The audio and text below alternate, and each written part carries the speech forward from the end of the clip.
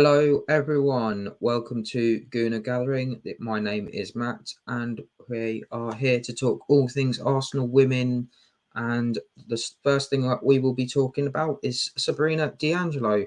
The last time I did one of these, she was announced the next day. So basically, Sabrina D'Angelo is a Canadian international goalkeeper. She actually did start in a topic we'll talk about later on with the Aston Villa game earlier in the week. She has joined from after her contract finished as Swedish side Vitsko GLK.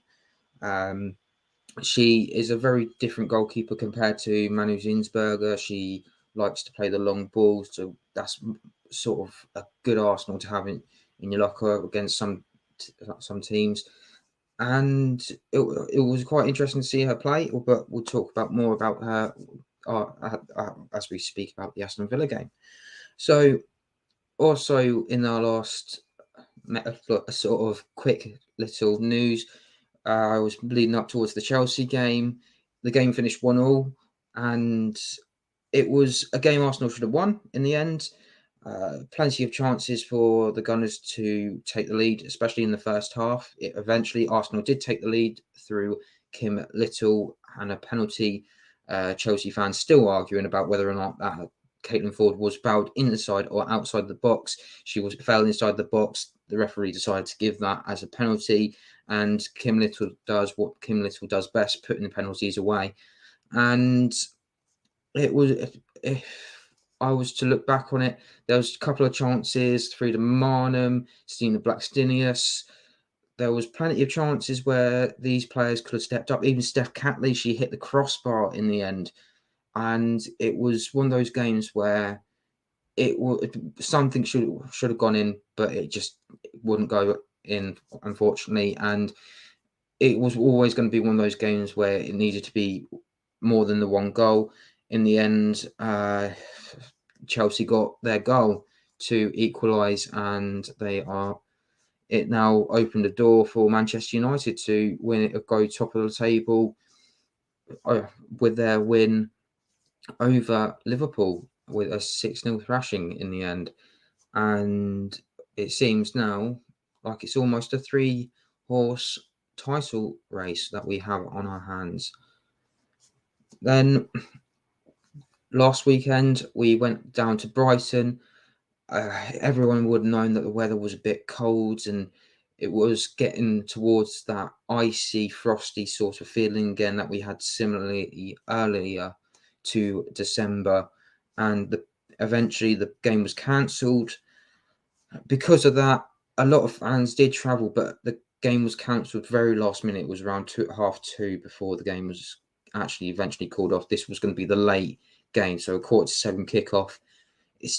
By that time, a lot of fans have been travelling. They've just gone to one of the local pubs in the area, and we had a very good feel-good story. Lotta Ruben Moy, in the end, putting out a tweet to say that she's left some money behind the bar for some cranberry juices and some crisps, and a lot of fans in the end decided to stay, have themselves a drink, say, as the gesture was very much appreciated by the Arsenal fans. I don't know if you've seen the video of the fans chanting her name in the pub itself, but they all enjoyed. They stayed and watched the Arsenal men play against Manchester United, and that was a good game in itself. But we're here for the women at the moment. So the next game that we had on, actually, before I move on to the next game, the game against Brighton is still to be confirmed what date. Obviously, this might depend on Arsenal's Champions League,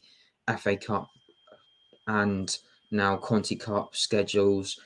It'll be an interesting one. We'll have to wait and see, but it could be a late March or April fixture. You never know. It's going to have to worm its way in there somehow. And yes, now the next game was this Thursday. Arsenal winning 3-0 in the end at home to Aston Villa in the Conti Cup, essentially the women's version of the League Cup. It was a very easy game in the end. Jordan Nobbs was former Arsenal player, played her first game against Arsenal. It was quite an interesting couple of times. She accidentally gave the ball away. I should put that in quotes. She accidentally gave the ball away a couple of times, or taking out her own teammates. Kim Little making a slide tackle on her. There seemed to be no hard feelings, but it was a good game all around. The goal scorers in the end were Lena Hartman-Marnham with a brace, and Caitlin Ford as well, also on the score sheet.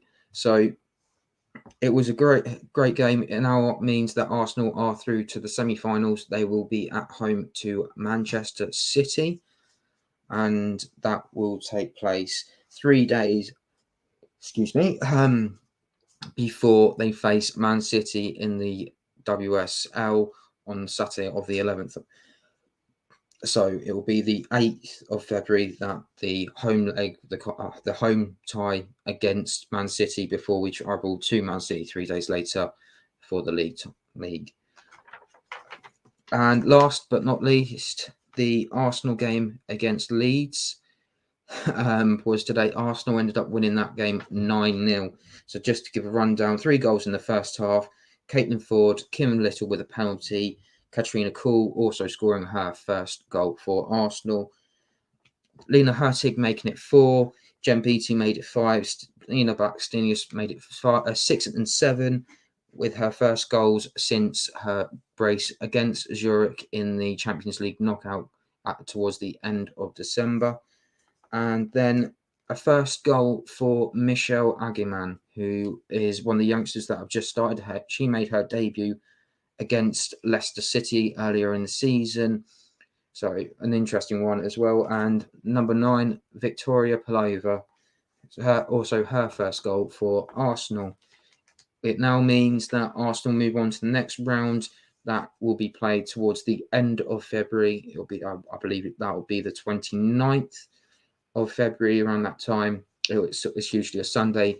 The tie is to be confirmed later on tonight, 6:30 to 7 o'clock, supposedly on BBC's Newsbeat programme. Some confusion from the commentary team there. But there is also one more thing we need to talk about, is that the transfer rumours, there's still some concerns that Arsenal are looking at strikers. There's only up until midnight on the 31st, or they've got until 5 p.m. for anything mainstream. So, for example, Ryan, a striker from a Man United or a Chelsea. That's the deadlines at the moment. But Arsenal do want to bring in another striker. It looks like it's going to be Benfica's Leclasse. But again, there's still complications about this.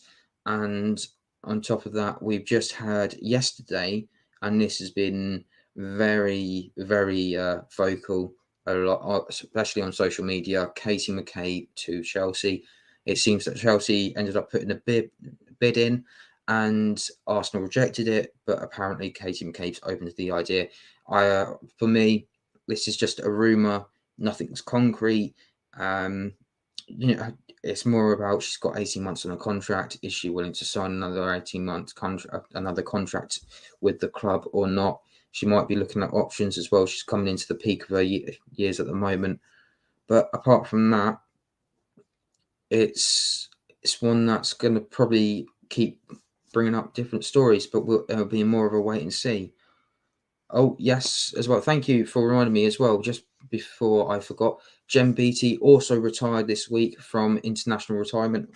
Oh, I missed that out. Jen Beattie did also score. Oh, no, Jen Beattie, who scored the 5th goal. Thank you, Lee. She has retired from international football for Scotland. 15 years with her country brings a long-standing interest. She would have, had Scotland made it to the World Cup, that would have been her last tournament. So huge congratulations to Jen Beattie and all the best for her now. And hopefully we'll see some more of her now towards the end of the season. She's got 6 months left of her deal. We still don't know what's going on, whether or not she's going to retire or not. So let's wait and see about that one.